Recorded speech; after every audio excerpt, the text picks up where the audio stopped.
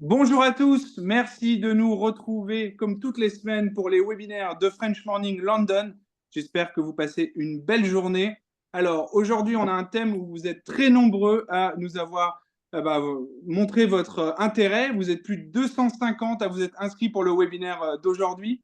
Aujourd'hui, on va parler des bonnes nouvelles de la loi de finances anglaise en 2024 pour les expatriés à Londres. Et on a deux experts qui vont essayer de répondre au maximum de vos interrogations aujourd'hui. Alors, la première, c'est Caroline Cohen. Elle est avocate au barreau de Paris et d'Angleterre. Son cabinet French Law Practice est basé à Londres. Elle est spécialisée dans la fiscalité franco-britannique des particuliers et elle traite toutes les problématiques fiscales entre les deux pays, et notamment en termes de résidence fiscale, plus-value, régime des impatriés et aussi planning successoral et du droit. Le deuxième, Souleymane Jean, hop là, j'ai perdu ta bio, Souleymane. Est-ce que tu peux te présenter? Je suis vraiment Avec, désolé. aucun problème, avec plaisir Romain. Bonjour à toutes et à tous. Donc Souleymane Jean Galadima, j'ai le plaisir de diriger Sapiens, qui est un multifamily office digitalisé. J'ai fait ma carrière à la fois dans l'ingénierie, puis ensuite la gestion d'actifs immobiliers, pour ensuite cofonder, j'y reviendrai, aux côtés de Mata Capital et Ivesta, cette très belle structure qui est Sapiens. Et j'ai passé Merci également beaucoup. 2 ans à Londres, du côté de London City Airport. Merci d'avoir repris ta bio. Je vais te laisser du coup démarrer et puis moi, je vais revenir pour te poser les questions de l'audience. Vous êtes nombreux, donc n'hésitez pas dès à présent dans le Q&A, vous tapez les questions et on va y répondre à la fin de la présentation. C'est parti. Merci beaucoup, Romain. En quelques mots, juste pour rappeler le contexte et quelles sont les activités de Sapiens. Sapiens est ce qu'on appelle un multifamily office, donc un gestionnaire de fortune en partie digitalisé, euh, assez unique dans sa structuration, puisque premièrement, nous sommes un des rares acteurs sur le marché français aujourd'hui, à ce qu'on appelle multi-asset, c'est-à-dire à couvrir l'ensemble des classes d'actifs dans les propositions que nous faisons à nos investisseurs, que ce soit les marchés financiers ou également ce qu'on appelle les marchés non cotés, comme le private equity, la dette privée ou encore les infrastructures. Nous avons également une autre spécificité, c'est que nous venons de deux environnements extrêmement complémentaires, puisque deux de nos actionnaires sont d'un côté Ivesta, qui est le plus gros multifamily office du marché français avec près de 5 milliards d'encours. Quelques-uns des plus gros entrepreneurs français comme clients, je cite notamment Olivier Duhac, cofondateur de Webhelp, je cite également Augustin Paluel-Marmont ou encore Céline Lazorte pour la dimension fintech. Et donc, cet environnement d'investisseurs fortunés, plutôt sur des patrimoines entre 20 et 500 millions d'euros, a aidé Ivesta depuis effectivement 2016 à structurer une offre d'investissement particulièrement qualitative. Et c'est cette déclinaison de l'offre dont bénéficie aujourd'hui Sapiens et dont bénéficient naturellement les investisseurs Sapiens. De l'autre, nous avons également un autre actionnaire en la société de Mata Capital, qui est une société de gestion immobilière basée à Lyon, Hambourg et Paris, qui gère près de 2 milliards d'encours et qui nous a mis à disposition non seulement un environnement technologique permettant une expérience d'investissement entièrement digitalisée, c'est-à-dire depuis l'onboarding réglementaire, la souscription et le suivi de participation, associé naturellement à nos équipes de conseillers seniors. Ils nous ont également mis à disposition leur environnement réglementaire, puisque nous pouvons structurer nos propres véhicules d'investissement, naturellement sans marge, c'est-à-dire at cost, de manière à faire profiter à nos investisseurs des meilleures conditions économiques lors de leurs investissements. Donc un multifamily office particulièrement différenciant, innovant, qui permet aux investisseurs, à partir de 100 000 euros, d'avoir accès aux mêmes solutions d'investissement que les clients Ivesta. Nous nous adressons à trois grandes typologies d'investisseurs, non seulement ce qu'on appelle nous des néophytes, des béotiens, des personnes qui ont des patrimoines substantiels mais n'ont pas les compétences nécessaires pour gérer de manière autonome leur investissement. Et donc pour ce faire, on a créé toute une série d'outils, notamment une synthèse patrimoniale entièrement gratuite et sans engagement, que je vous invite à tester d'ailleurs sur le site de Sapiens, et qui permet aux investisseurs de tester la diversification de leur patrimoine, de tester notre méthodologie et d'y voir un peu plus clair sur un éventuel investissement. On produit également énormément de contenu et c'est l'occasion encore aujourd'hui de montrer que nous sommes toujours prêts à faire monter en compétence nos investisseurs. On dit toujours que d'ailleurs que l'investissement qui génère le plus d'intérêt est l'investissement dans la connaissance, et donc on produit des podcasts, des vidéos et un certain nombre d'articles de blog. Ensuite, on a une autre catégorie d'investisseurs que sont plutôt ce qu'on appelle nous les experts de la finance, les geeks de la finance. Donc, on a un certain nombre, notamment de gérants de fonds, de partenaires de cabinets de conseil, que ce soit chez BCG, McKinsey, qui connaissent les gérants des fonds, qui connaissent la qualité d'un modèle économique et qui directement en autonomie viennent sur la plateforme faire leurs investissements. Ensuite, on a la dernière catégorie que sont plutôt ce qu'on appelle des groupes familiaux privés. Donc, on a plutôt là ici des patrimoines entre 10 et 20 millions d'euros qui ont besoin de ce qu'on appelle dans le COMEX patrimonial. Et donc là, on met à leur disposition tout un écosystème d'experts, on y reviendra, experts comptables, notaires, avocats fiscalistes, pour les aider à traiter les sujets naturellement d'investissement, mais aussi de gouvernance familiale, de succession, de fiscalité. Donc, une volonté chez Sapiens de s'adresser à la fois à des patrimoines, somme toute modestes dans le monde de la gestion de fortune à partir de 1 million d'euros, il y a un ticket d'entrée à 100 000 euros, jusqu'à des patrimoines beaucoup plus conséquents. Enfin, nous aimons rappeler ce que nous faisons et ce que nous ne faisons pas. Nous ne faisons pas, par exemple, d'immobilier direct. On considère que les investisseurs sont parfaitement armés pour le réaliser en direct, et d'autres acteurs sont peut-être beaucoup plus à même de le faire. Nous ne faisons pas non plus de ce qu'on appelle de sujets de pure défiscalisation. C'est une règle d'or chez Sapiens. On considère qu'il vaut mieux avoir une solution d'investissement extrêmement performante et payer des impôts dessus. L'avenir et le passé nous ont également démontré que malheureusement les solutions qui sont orientées uniquement sur la défiscalisation génèrent souvent des niveaux de performance assez déceptifs, voire malheureusement des fois des pertes en capital. Nous avons un modèle économique parce que nous avons aussi cette dimension web forcément agressif. Nous ne pratiquons aucun frais d'entrée. Nous nous interdisons de faire des empilements de frais, notamment avec des gestions sous mandat, avec également des multitude de couches qui, in fine, perdent un peu les investisseurs et viennent naturellement impacter la performance. Et enfin, on y reviendra puisqu'on vous parlera un tout petit peu du contrat d'assurance vie luxembourgeois. Nous structurons des investissements où les investisseurs sont à tout moment en capacité, s'ils sont insatisfaits, de pouvoir directement reprendre leur liberté, échanger en l'occurrence de conseillers. J'aime bien aussi, mes équipes m'écoutent, avoir des investisseurs qui sont capables de challenger les équipes Sapiens et de décider de rester avec elles seulement parce qu'elles sont satisfaites du service et des solutions d'investissement et non pas parce qu'elles sont bloquées dans un contrat d'assurance vie ou parce qu'elles sont bloquées sur une solution. Et donc, sur ce que nous pratiquons, nous couvrons l'ensemble de la gestion de patrimoine depuis l'audit patrimonial. Ensuite, nous avons une méthodologie qui est très propre puisqu'elle a été adaptée avec notre actionnaire Ivesta et qu'elle vient d'investisseurs particulièrement fortunés et particulièrement exigeants de par leur patrimoine. Nous fonctionnons uniquement en architecture ouverte avec un gros travail de sélection sur l'ensemble des classes actives sur lesquelles je reviendrai. Et nous travaillons également sur, comme je l'évoquais, ces sujets aussi de prévoyance, de succession, de structuration juridique et fiscale. Et on essaie aussi, avec nos investisseurs, d'être très terre à terre. C'est-à-dire que parfois, dans certaines situations, avant même de se focaliser sur la fiscalité, de se focaliser sur l'investissement, il y a des choses très importantes à mettre en place sur les questions de prévoyance, de mise en œuvre, notamment en cas d'accident de la vie, d'accident de santé, de pouvoir protéger sa famille, partager ses mots de passe, mettre en place effectivement un partage de certains droits sur les comptes bancaires. C'est des choses relativement terre à terre, mais qui me paraissent aussi importants à mettre en œuvre aux côtés de nos clients. Donc sur cet écosystème, pour le détailler, le premier, c'est naturellement les banques privées.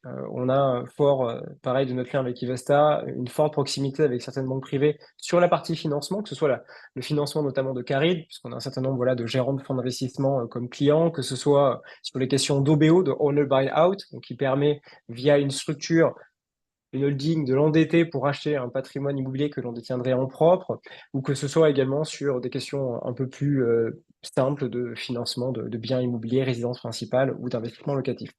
Ensuite, parce que nos investisseurs, pour certains, ont des patrimoines internationaux larges, nous utilisons aussi des outils d'agrégation pour les aider, pardon, à voir un peu plus clair dans leur patrimoine. Et sur cette base, nous réalisons naturellement un certain nombre de recommandations sur des sujets sur lesquels on peut intervenir, parce qu'on a potentiellement la main, mais sur des sujets également où on laisse l'investisseur challenger son banquier, challenger son conseiller existant. La dimension fiscale, naturellement, est un point important et on a la chance, je le répète, d'avoir aujourd'hui à nos côtés Caroline Cohen qui effectivement nous partage son expertise. Des experts comptables aussi pour la gestion, la structuration des holdings et également naturellement des notaires. On a la chance de travailler notamment sur Paris avec CNC Notaire et Pierre Sénac qui est un grand ponte sur la place parisienne de ces sujets effectivement de succession, de gouvernance familiale, fiscalité, qui a la chance d'avoir une équipe d'une vingtaine de collaborateurs et une vision particulièrement large en capacité aussi de travailler de manière transfrontalière. On a également d'autres études avec lesquelles nous travaillons et nous coordonnons tous ces sujets aux côtés effectivement des parties prenantes. La baseline de Sapiens, c'est Just Focus, et donc on considère que on ne peut pas passer son temps à rencontrer des gérants de fonds pour sélectionner les meilleurs fonds de private equity et en même temps être un expert de la fiscalité, d'où le soutien que nous avons de l'ensemble de ses partenaires. Sur ce, je laisse Caroline se présenter et ensuite vous détailler la dimension et le sujet d'aujourd'hui. Bonjour à tous. Donc, je suis avocate au barreau de Paris et je suis solliciteur en Angleterre. Mon cabinet The French Law Practice est basé à Londres. On est une boutique firm. On est spécialisé en fiscalité franco-britannique pour les personnes physiques et on traite toutes les questions de fiscalité qui peuvent se poser entre les deux pays, que ce soit au niveau des successions, au niveau des investissements en termes de plus-value immobilière, de placements financiers. On travaille également beaucoup avec des trustees et des assureurs, notamment luxembourgeois. Et vraiment, on fait tout ce qui est fiscalité entre les deux pays. On assiste des Français basés à Londres, des Anglais qui s'installent en France et tous les investissements entre les deux pays pour les résidents. Voilà. Alors, le sujet d'aujourd'hui, c'est la réforme de la fiscalité en Angleterre. Mais je pense qu'il faut d'abord comprendre où est-ce qu'on en est aujourd'hui dans le régime actuel, puisque la réforme annoncée ne s'appliquera qu'à compter du 6 avril 2025. Alors, souvent, j'ai des questions sur qu'est-ce que ça veut dire en fait être residendum, être résident non domicilié. Alors, le domicile, c'est une question d'intention. On n'a pas un document de HMRC, du fisc britannique, qui va vous dire vous êtes non domicilié. Parce que le domicile, il y a deux choses. Il y a d'abord l'implantation physique, c'est où est-ce qu'on vit, comment on vit, mais aussi l'intention, est-ce que j'ai envie de vivre de manière permanente et indéfinie dans un pays. Alors, typiquement, le cas d'un Français qui va s'installer en Angleterre va être non domicilié parce que même s'il est résident fiscal, selon des tests très précis, il aura toujours gardé des liens de rattachement au moins subjectifs avec la France en ayant souvent l'intention de rentrer en France après une expérience professionnelle ou après l'éducation des enfants en Angleterre. Et donc, il va avoir ce statut de résident non domicilié. Il n'y a pas de document en tant que tel qui prouve que vous êtes résident non domicilié. Donc, je conseille souvent à mes clients de rédiger un domicile statement où ils écrivent en fait que même s'ils vivent en Angleterre, ils comptent un jour rentrer en France et où on détaille tous les liens qu'ils ont gardés avec le pays. Car si un jour on a une contestation, notamment après un décès de leur statut de non domicilié, on a un document qui peut prouver l'intention de la personne. En ce qui concerne la résidence, puisque donc c'est être résident non domicilié, le statut de residendum, ça c'est beaucoup plus simple parce qu'on a des tests extrêmement précis qui ont été édités en 2018 par le fisc britannique et qui détaillent un certain nombre de tests pour être ou non résident. Alors le test suprême, c'est passé 183 jours.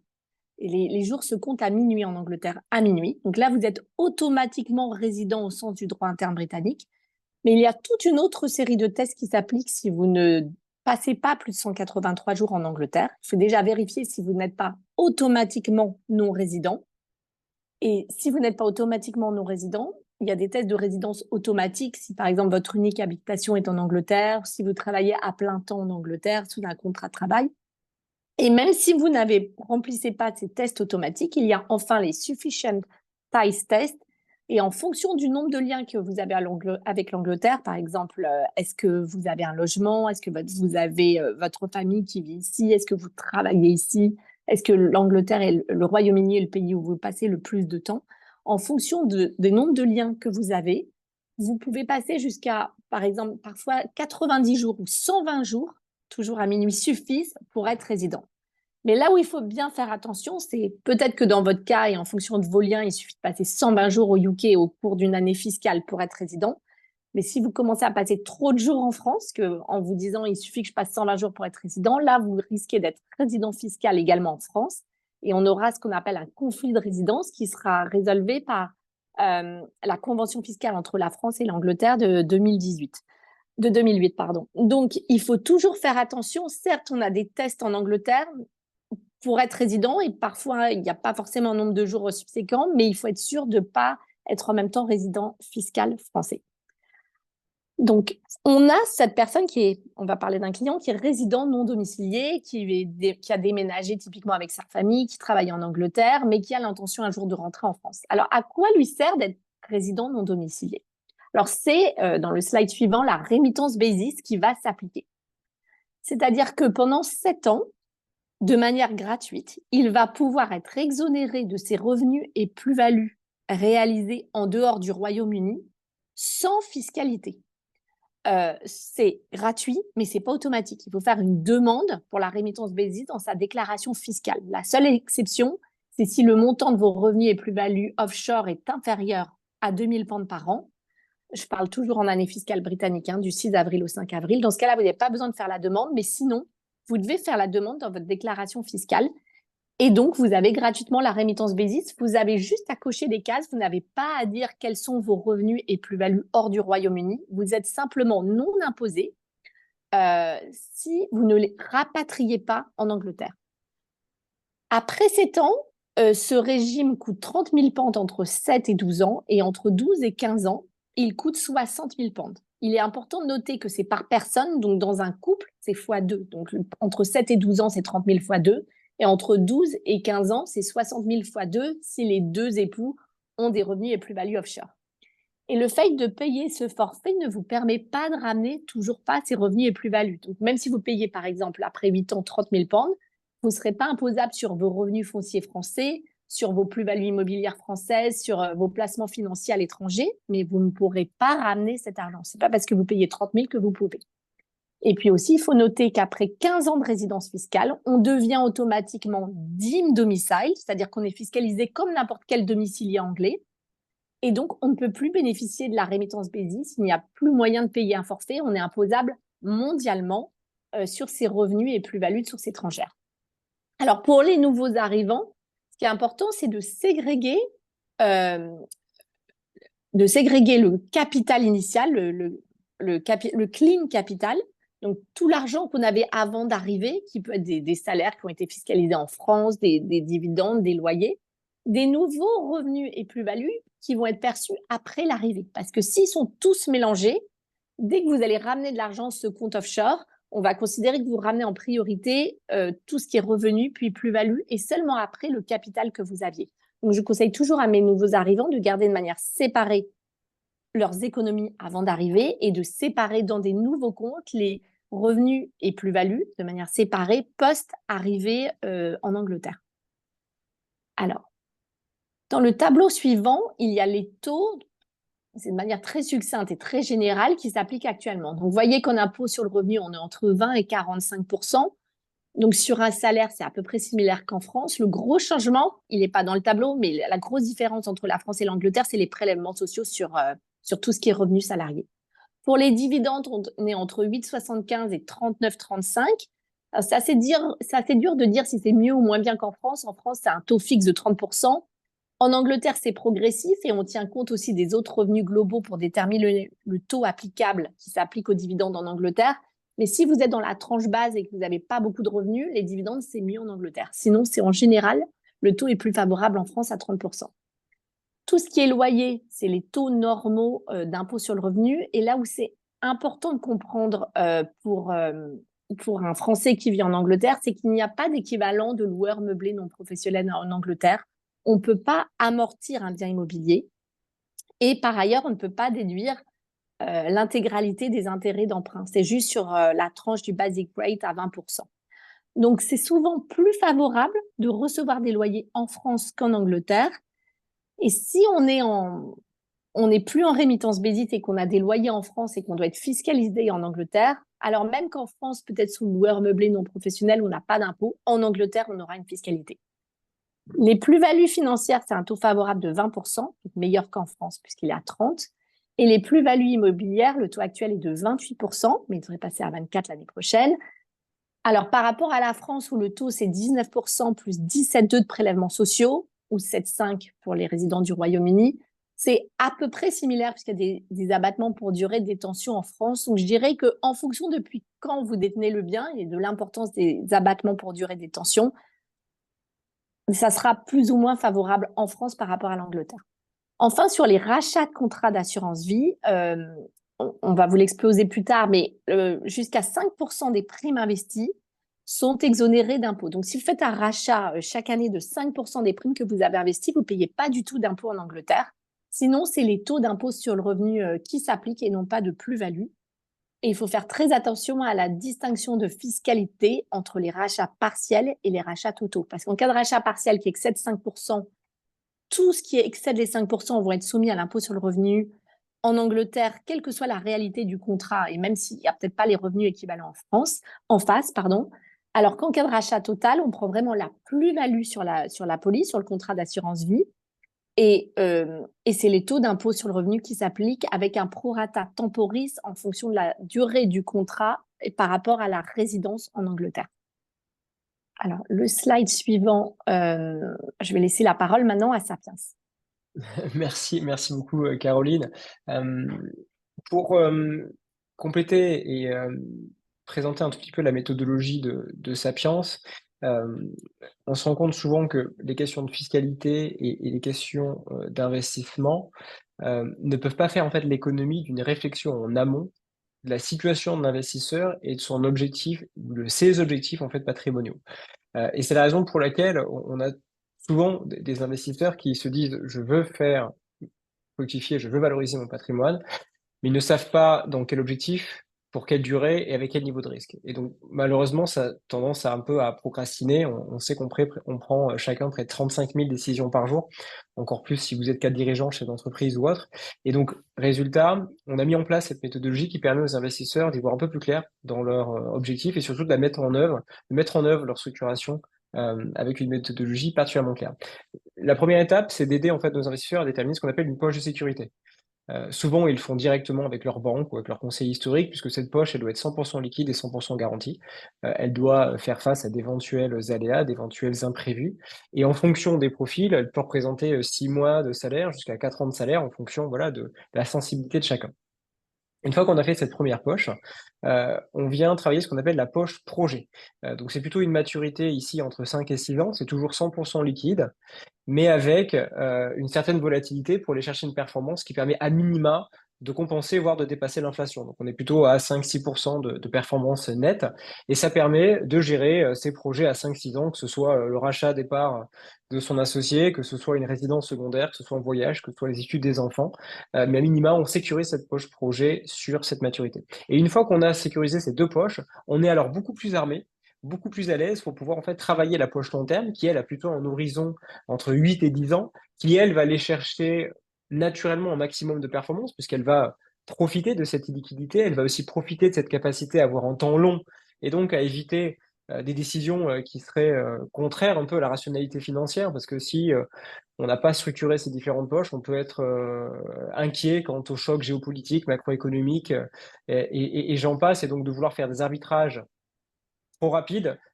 et on sait que sur la durée, les placements financiers offrent en moyenne une performance de 8-9% annualisée, à condition d'être sur du temps long, de même que pour le private equity.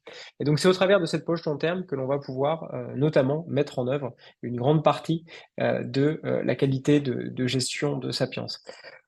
Pour mettre en œuvre ces investissements, notamment sur la poche long terme, on s'inspire de la méthodologie des grands investisseurs institutionnels américains, qu'on appelle les endowments, que ce soit les fonds de pension ou les universités américaines comme Yale, Harvard et d'autres. Et leur enjeu consiste à structurer des portefeuilles qui offrent le meilleur couple risque-rentabilité, et donc qui offrent aussi le maximum de résilience par rapport à ce que j'évoquais, que ce soit des chocs géopolitiques, des chocs climatiques, des chocs macroéconomiques.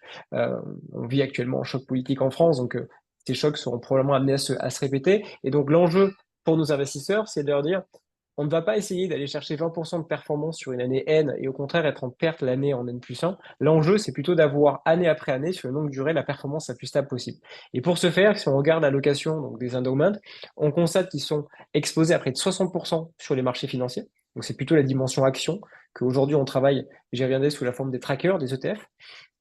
20% de private equity, donc c'est la dimension investissement, qui est la classe d'actifs, qui d'ailleurs depuis une dizaine d'années démontre le plus grand niveau de performance, puisque pour un petit chiffre, on est quasiment à 14% de performance selon France Invest sur les 10 dernières années sur le private equity, versus entre 9 et 10% sur le CAC 40, selon si on utilise le CAC 40 ou CAC 40 GR.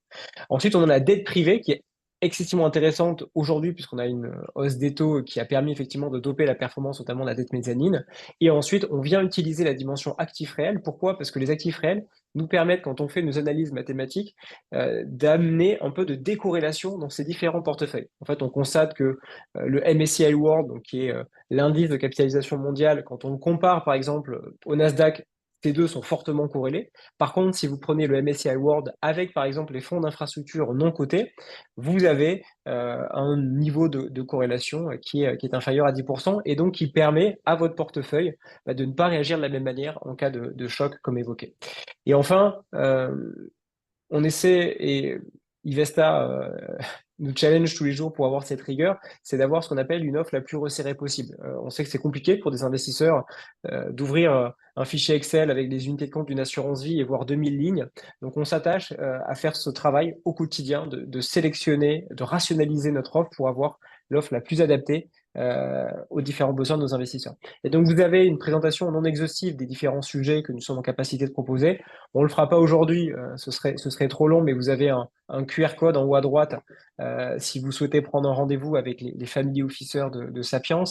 Et tout ça pour dire que sur la partie marché financier, on constate ces 20 dernières années que la majeure partie des gérants actifs, des gérants actions, et je suis navré qu'il y a des gérants qui nous écoutent sur le webinaire, mais qu'il est très difficile aujourd'hui pour un gérant action de battre son indice. C'est difficile parce qu'il doit compenser une structure de frais qui est particulièrement importante quand on la compare aux ETF, aux trackers, puisque grosso modo, un fonds de gestion action, c'est entre 1,5 et 2% par an de frais annuels de gestion versus 0,5 pardon, excuse-moi, 0,05 à 0,2% par an sur un tracker. Et donc, quand on regarde un peu l'historique des gérants actifs sur ces 20 dernières années, ben, on se rend compte que 98% n'arrivent pas à battre leur indice. Et quand, pour les 2% restants, ils arrivent à battre leur indice, ils arrivent à le faire en fait de manière très epsilonesque. Donc, on a pris un choix clairement darwinien chez Sapiens et chez Ivesta qui consiste à plutôt faire des allocations d'ETF les plus diversifiées, les plus complémentaires possibles, avec du Nasdaq, avec des pays émergents, de manière à capter un maximum de performance. Sur l'obligataire, on travaille plutôt ici parce qu'il y a de la capacité des gérants ici à aller chercher l'alpha par la sélection des titres obligataires. On travaille avec des gérants comme Tikeo et autres. Sur les produits structurés, on va les utiliser quand les conditions de marché sont très volatiles. C'est d'ailleurs le cas malheureusement souvent en France, mais donc cette volatilité nous permet de structurer des sujets intéressants. Et les cryptoactifs, mais que l'on utilise de manière très saupoudrée, puisqu'on met entre 1 et 2% de nos allocations quand les investisseurs le souhaitent, en se disant si ça finit à zéro, l'impact sur le portefeuille sera faible. Par contre, si en l'occurrence le Bitcoin fait x100, on aura un boost sur la performance du portefeuille, et en s'attachant aussi à ce que la dimension réglementaire et de tuyauterie et de centralisation entre guillemets des actifs soit la plus solide possible. Sur la partie actifs réels, on travaille sur les deux typologies d'actifs réels, l'immobilier, plutôt value-add, donc de création de valeur, et également les infrastructures, qui est un peu un cheval de bataille de Sapiens et d'Ivesta, puisqu'on sait que d'ici 2026, l'encours sous gestion des infrastructures, en particulier des infrastructures de transition énergétique, dépassera celui de l'immobilier. Donc c'est une classe d'actifs qui est en pleine croissance, sur laquelle effectivement des investisseurs institutionnels, étatiques continuent de massivement investir, et donc on positionne en amont nos investisseurs pour qu'ils puissent capter un maximum de performance dans leur portefeuille.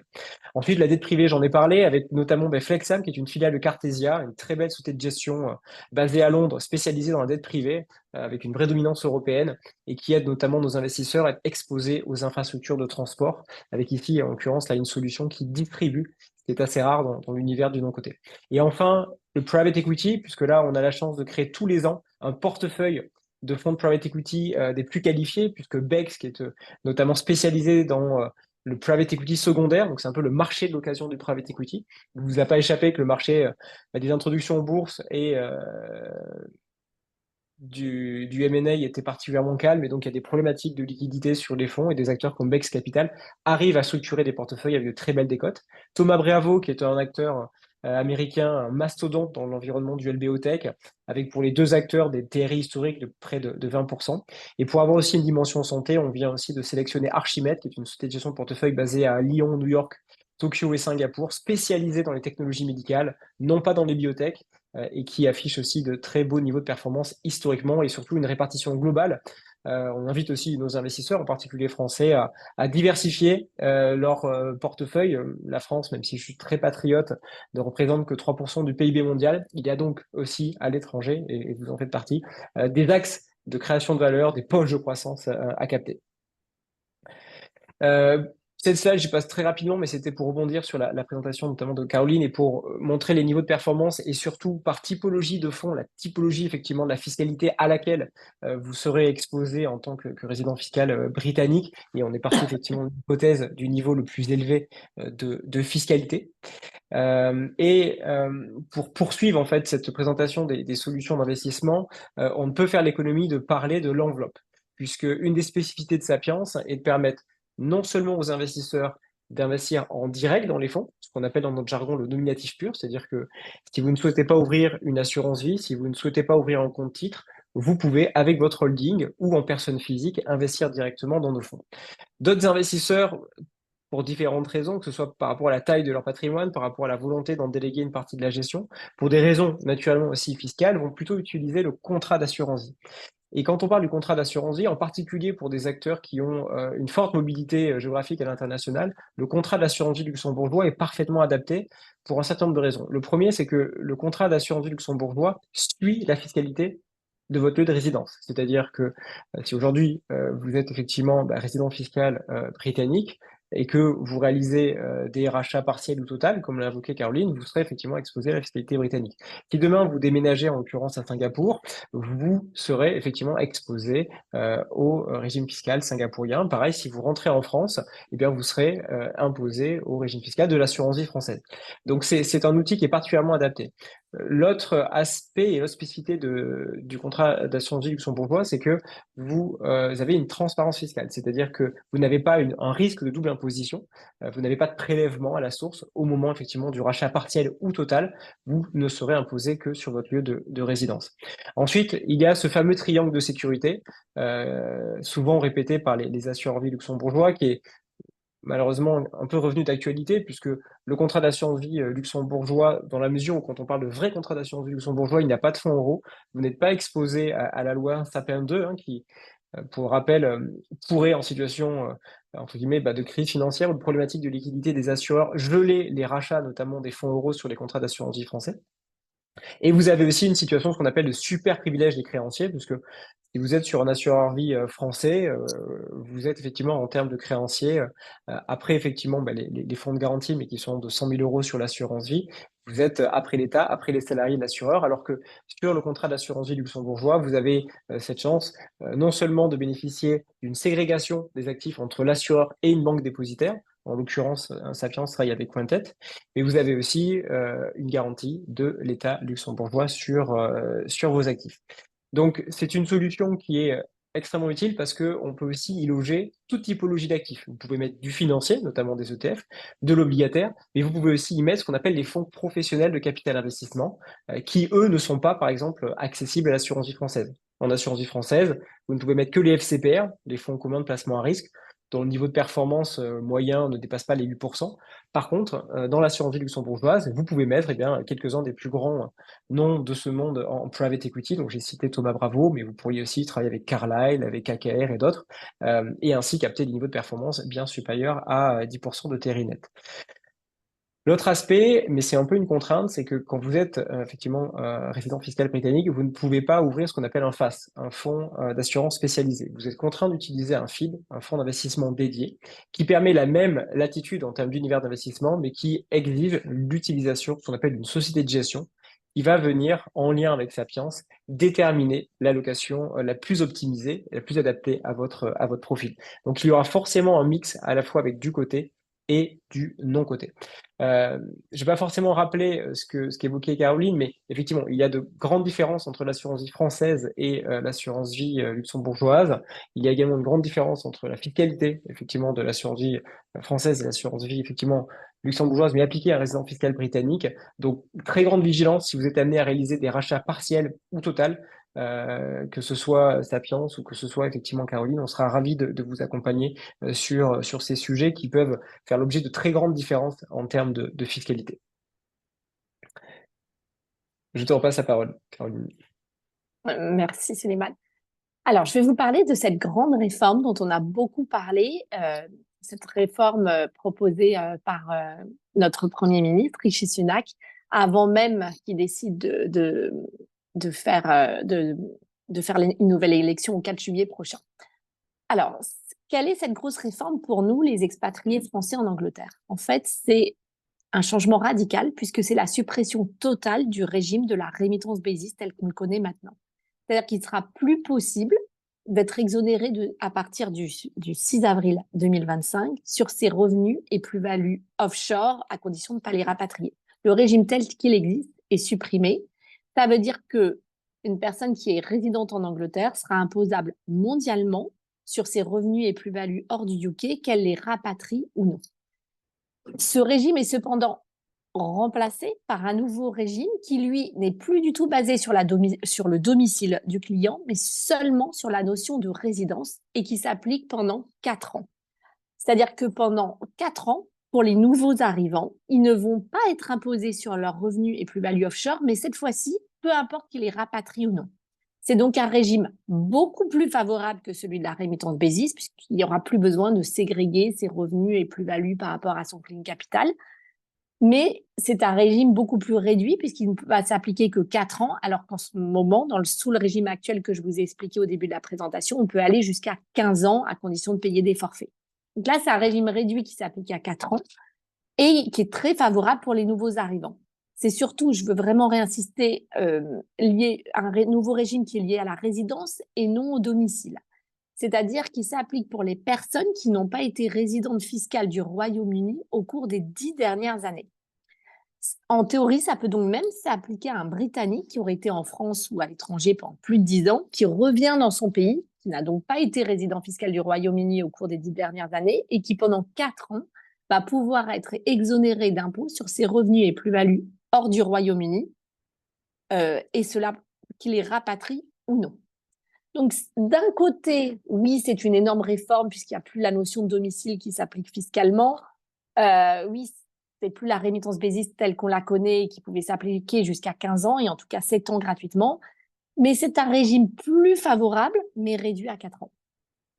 Alors, du fait de ce gros changement pour les résidents non domiciliés qui tout d'un coup se retrouvent fiscalisés mondialement. Donc, si on prend par exemple le cas d'une personne qui était là depuis 6 ans, qui pouvait encore bénéficier de la remittance basis et qui tout d'un coup, comme elle est là depuis plus de 4 ans, ne peut plus en bénéficier, le gouvernement a décidé d'introduire 3 grandes mesures provisoires. Alors, la première mesure, elle s'applique à tout le monde, c'est-à-dire à tous les résidents non domiciliés, même s'ils sont ici depuis plus de 15 ans, même s'ils sont en ce moment deemed domiciled. Et ils vont pouvoir rapatrier en Angleterre leur Foreign Income and Gain, ce qu'on appelle dans notre jargon leur FIG, qui ont réalisé avant le 5 avril 2025, donc avant l'entrée en vigueur de la réforme. Donc, par exemple, une grosse distribution de dividendes qu'ils ont laissé offshore sur lequel ils n'ont jamais été imposés dans le cadre de la remittance basis. Ils vont pouvoir les rapatrier au cours de 2 années fiscales, celle du 6 avril 2025 au 5 avril 2026 et celle du 6 avril 2026 au 5 avril 2027, à un taux réduit, que personne n'a compris, qui ne correspond à rien, de 12%.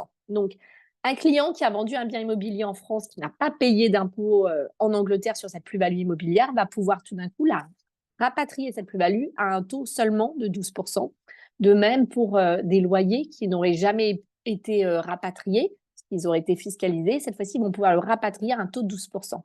Là où la législation n'est pas claire, c'est que si un impôt a été payé, par exemple, en France, sur une plus-value immobilière, est-ce qu'on va pouvoir utiliser l'impôt français comme crédit d'impôt à déduire en Angleterre contre ces 12%, ce taux réduit de 12%, ou au contraire, c'est un taux fixe et on ne peut pas appliquer de crédit d'impôt?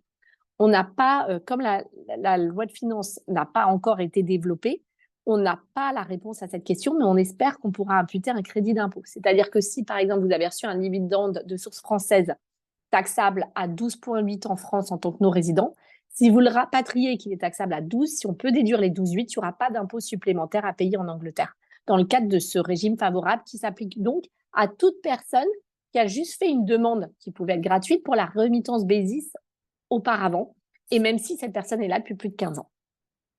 La deuxième mesure provisoire est une réduction d'impôt qui s'applique cette fois-ci que sur les revenus, pas sur les plus-values, de 50% pour les revenus de l'année fiscale 2025-2026 et qui sont donc étrangers. Donc, un un résident qui vit en Angleterre qui aurait pu bénéficier de la rémittance BASIS, donc qui était là depuis moins de 15 ans au 6 avril 2025, mais qui ne peut plus en bénéficier puisque ça fait plus de 4 ans qu'elle est là, tous ces revenus qu'il réalise en dehors de l'Angleterre et qui sont tout d'un coup automatiquement imposables, qu'il les rapatrie ou pas, vont bénéficier d'une réduction d'impôt de 50%. Ça s'applique uniquement un an sur l'année fiscale 6 avril 2025, 5 avril 2026. Enfin, une réévaluation des biens au 6 avril 2019, ce qu'on appelle un rebasis, pour les personnes qui auraient pu bénéficier de la rémittance BASIS, donc s'il n'y avait pas eu ce changement de législation, s'ils vendent un bien après le 6 avril 2025, ils ne seront pas imposés sur la totalité de leur plus-value, mais leur prix d'acquisition qui sera pris en compte sera la valeur de leur bien au 6 avril 2019. Donc, si vous avez une résidence secondaire que vous vendez en France et qui est peut-être taxable en France, mais tout d'un coup qui est taxable en Angleterre puisque vous ne pouvez plus bénéficier de la rémittance BASIS, et ben dans ce cas-là, vous pourrez faire un rebasing au 6 avril 2019 pour réduire la plus-value taxable en Angleterre. Sachant que, comme je l'ai précisé auparavant, le taux en Angleterre des plus-values immobilières, c'est 28% et il devrait passer à seulement 24% au 6 avril 2025.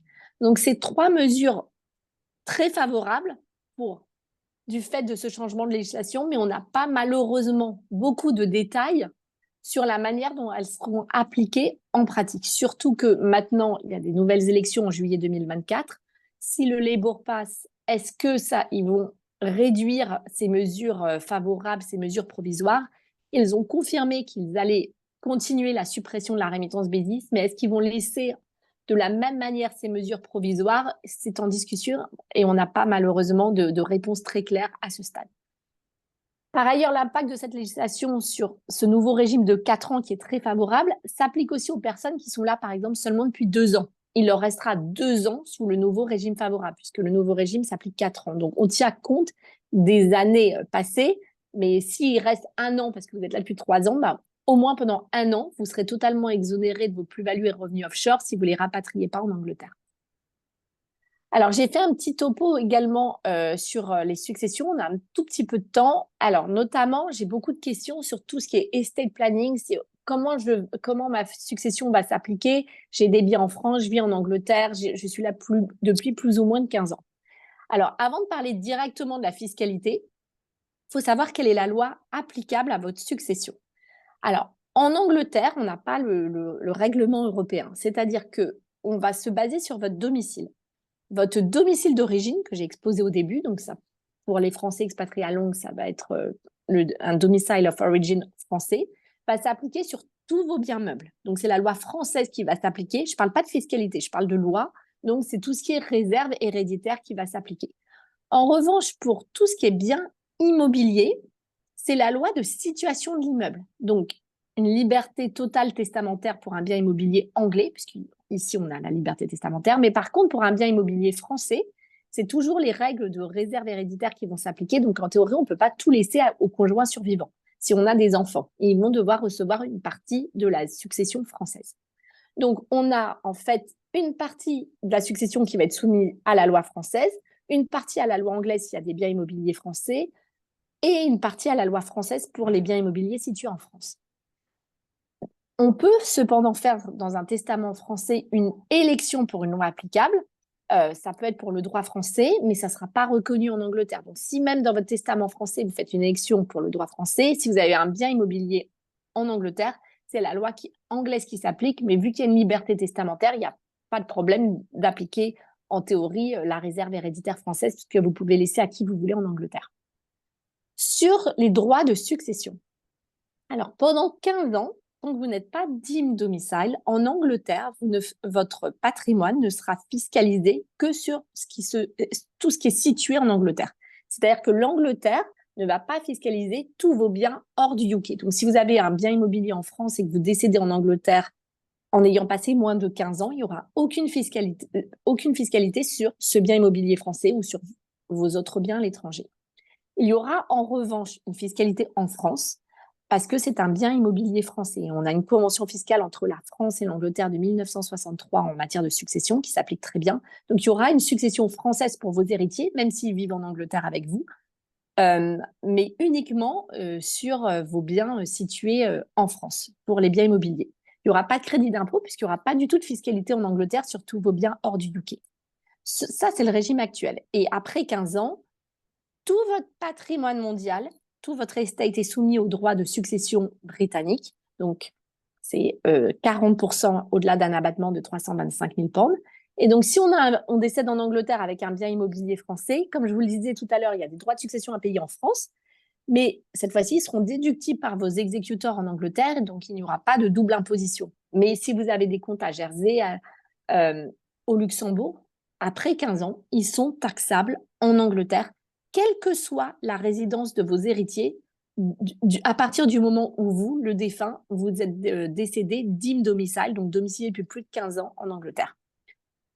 Sous la proposition de réforme qui est en consultation, donc ça veut dire que ça n'a pas été décidé, contrairement au changement sur la rémittance BESIS, ça n'a pas été confirmé encore dans une loi. Le régime ne sera plus du tout basé sur le domicile, donc sur le DIM domicile concept après 15 ans, mais seulement sur la résidence. Donc après 10 ans de résidence fiscale en Angleterre, quel que soit votre domicile d'origine, quelle que soit votre nationalité, c'est tout votre patrimoine qui sera soumis au droit de succession anglais, seulement au bout de 10 ans. Par ailleurs, dans la loi, enfin dans le projet de loi, il est écrit que quand vous quittez l'Angleterre, vous restez fiscalisé en Angleterre sur votre patrimoine 10 ans après votre départ, pendant une période de 10 ans, même si vous n'êtes plus là. Mais je vous rassure, il y a une convention spécifique en France et l'Angleterre qui va au-delà de ce concept. Et donc, à partir du moment où vous partez de l'Angleterre, que vous devenez vraiment résident fiscal de France au niveau du droit interne français et de la convention, l'Angleterre ne pourra plus vous fiscaliser, même pendant cette période de 10 ans, sur votre patrimoine de manière mondiale, mais seulement sur les biens immobiliers que vous aurez gardés en Angleterre. Bon, c'est un sujet très vaste, je pourrais en parler des heures, mais bon, c'était vraiment pour résumer les gros points de la réforme, sachant qu'on attend, et j'espère qu'on fera peut-être un jour une autre conférence, sur la vraie législation, puisque pour l'instant, ce n'est qu'un projet, sur tous ces sujets de droit de succession. Voilà, je suis à votre disposition si vous avez des questions. Merci beaucoup. Merci beaucoup, Caroline. On va laisser Romain nous partager les éventuelles questions. Merci à tous les deux. Alors maintenant, c'est le temps des questions. Il nous Oui, reste, je vois qu'il y en a 3 déjà. Si vous voulez, je peux aller déjà sur les 3 qui ont été posés. Oui, alors la première, c'est une question de Valérie. Vous m'entendez bien? Oui. Ok. Oui, on vous entend. Donc, Valérie nous demande, la domiciliation est une intention, mais Oui. malgré le statement proposé, ne perdons-nous pas notre non-dom après 15 ans au UK? Alors, c'est une très bonne question. Oui, après 15 ans, c'est pas que vous perdez votre non-dom, c'est que vous devenez DIM domicile, comme j'ai expliqué, vous êtes imposé mondialement sous le régime actuel sur tous vos revenus et plus-values offshore après 15 ans. Vous ne pouvez plus bénéficier de la rémittance BESIS, mais vous restez non domicilié, et parce que vous avez peut-être l'intention un jour de rentrer en France, mais ça n'a plus aucun avantage fiscal. Vous êtes fiscalité comme un domicilié, vous êtes DIM dom. Alors, est-ce que le régime gratuit s'étend commence à la date de la demande de la rémittance BESIS et pas au moment où on s'est installé en Angleterre? Non, malheureusement, ça s'applique, les 7 ans commencent à partir de l'année fiscale où vous êtes devenu résident. Donc, si vous êtes devenu résident au cours de l'année 2020-2021, c'est votre première année où vous auriez pu bénéficier de la rémittance BESIS. Peu importe si vous en avez bénéficié ou pas, ça compte pour les 7 ans de gratuité de rémittance BESIS. Parfait. Je ne sais pas s'il y avait d'autres questions dans l'audience. Oui, elles ont disparu.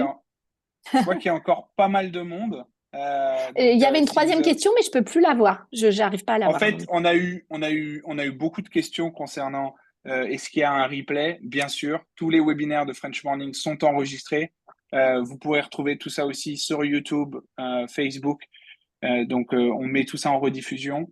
Donc, vous en faites pas. Et en plus, demain, donc exactement 24 heures après ce webinaire, vous recevez un mail automatique avec les contacts des intervenants. À nouveau aussi le lien vers le QR code si jamais vous n'avez pas encore scanné le QR code qui est toujours affiché à l'écran pour prendre rendez-vous avec Sapiens. Vous recevrez donc un mail encore en plus de 24 heures après avec toutes les informations nécessaires des intervenants d'aujourd'hui. On a une question. On a une question en plus de Jean-François. À quelle date peut-on s'attendre à avoir les nouvelles règles fiscales dans le cas d'un changement de gouvernement en juillet 2024? Oui, alors ce changement de gouvernement, il est extrêmement probable, hein, d'après les sondages. Je pense qu'ils s'en occuperont assez rapidement. Ils vont faire un budget d'urgence. Et je pense que d'ici septembre, ils auront donné déjà les grandes lignes de leur projet de réforme fiscale. Et donc, je peux vous dire déjà, enfin, je peux me tromper, mais c'est sûr qu'ils vont maintenir la suppression du régime de la rémittance bésiste. Est-ce Parfait. qu'ils vont appliquer de la même manière qu'a proposé le gouvernement le nouveau régime des FIG, donc qui s'applique pendant 4 ans? Je ne sais pas, mais je pense que d'ici septembre, on aura déjà les grandes lignes. On a Jean-Marc qui a une question. Bonjour, j'ai un investissement venture, fonds luxembourgeois en capital. Cela bénéficie-t-il de la règle des 5% deferred tax pour les retraits en capital ou bien seulement si retrait des intérêts? Alors, si ce n'est pas un véritable contrat d'assurance vie, la règle des 5% ne s'applique pas. Donc, vous n'avez pas, à mon avis, j'ai peut-être mal compris, il faudrait que j'ai plus de détails, mais vous n'avez pas la règle des 5%. C'est donc un investissement dans un fonds? J'ai l'impression que c'est J'espère du qu'il y a personne qui nominatif parle. pur, hein, puisqu'effectivement, au vu de la question, j'ai l'impression que c'est un investissement direct, donc effectivement, qui n'est pas au sein Non, il d'une n'y a pas de enveloppe. 5%. Elodie qui nous dit je suis binational, fiscalité des loyers en tant que locataire meublé en France. Alors, le fait d'être binational ne change rien, hein. C'est important, c'est que vous soyez résident non domicilié. Alors, dans le régime actuel, si vous êtes là depuis moins de 7 ans et que vous pouvez bénéficier gratuitement de la rémittance BESIS, vous avez compris qu'il n'y aura pas de fiscalité en Angleterre sur vos loyers français tant que vous ne les rapatriez pas. Maintenant, si vous êtes là depuis plus de 7 ans et que vous ne voulez pas payer le forfait de 30 000 ou de 60 000, ou que vous êtes là depuis plus de 15 ans et que de toute façon, vous ne pouvez plus bénéficier de la rémittance BESIS, ou qu'on se trouve après le 6 avril 2025 quand la rémittance BESIS n'existera pas, et ben donc vous êtes fiscalisé sur les revenus français. La difficulté, c'est que il n'y a pas de régime équivalent loueur meublé non professionnel.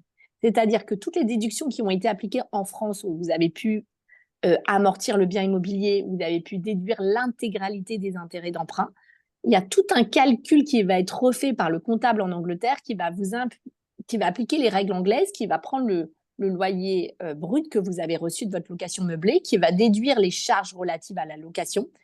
Et sur ce net-là, donc recalculé du côté anglais, vous allez être fiscalisé. Donc, si du côté français, vous n'avez pas payé d'impôt du tout grâce au régime du LMNP, parce que vous avez amorti le bien, tous les intérêts d'emprunt, toutes les charges, vous allez sûrement et malheureusement vous retrouver avec une fiscalité en Angleterre du fait des règles différentes et vous n'aurez pas de crédit d'impôt à imputer puisqu'il n'y aura pas eu d'impôt français. Si vous avez payé de l'impôt français, évidemment, il n'y a pas de double imposition. L'impôt français est déductible du côté britannique. Mais en fait, il n'y a vraiment pas d'équivalent. Donc, si vous détenez le bien en direct en LMNP, je ne parle pas du cas du SCI, des SARL de famille, je ne parle pas des cas compliqués. Là, je parle d'un bien qu'on détient en direct qui est meublé. Il y aura sûrement une fiscalité anglaise qui va s'appliquer. Parfait. Alors, Charles nous demande, la réduction de 50% sur l'IR en 2025 s'applique-t-elle aux plus-values mobilières et intérêts? Non. La réduction d'impôt ne s'applique qu'aux revenus. Elle ne s'applique pas aux plus-values mobilières ou immobilières. Par contre, oui, ça s'applique aux intérêts, tout ce qui est income. Donc, ça peut être intérêts, dividendes, revenus locatifs à partir juste pour une année fiscale. Vous avez 1 an. Si vous avez, c'est très important, vous ne pourrez bénéficier de cette réduction de 50% que si vous auriez pu bénéficier de la rémittance BESIS pour l'année fiscale 2025-2026. Donc, c'est-à-dire que vous étiez là depuis moins de 15 ans à ce moment-là, au 6 avril 2025. Ben oui, vous aurez cette réduction d'impôt, mais que sur vos revenus et non sur les plus-values étrangères. Et que vous rapatriez ou non, puisque vous avez compris, à partir du 6 avril 2025, vous êtes imposable mondialement, que vous rapatriez ou non vos plus-values et revenus hors du Royaume-Uni. Parfait. On a Elodie qui rebondit avec double imposition, point d'interrogation. Est-ce que... Alors, c'est ce que j'ai essayé d'expliquer tout à l'heure, mais c'est dur, je sais, je vais assez vite et il y a beaucoup de choses à dire. On n'est pas très clair, effectivement, si on pourra déduire l'impôt français. Alors, Non, en pratique, il n'y aura pas de double imposition. À partir du 6 avril 2025, vous allez être imposable mondialement sur tous vos revenus mondiaux en France ou ailleurs.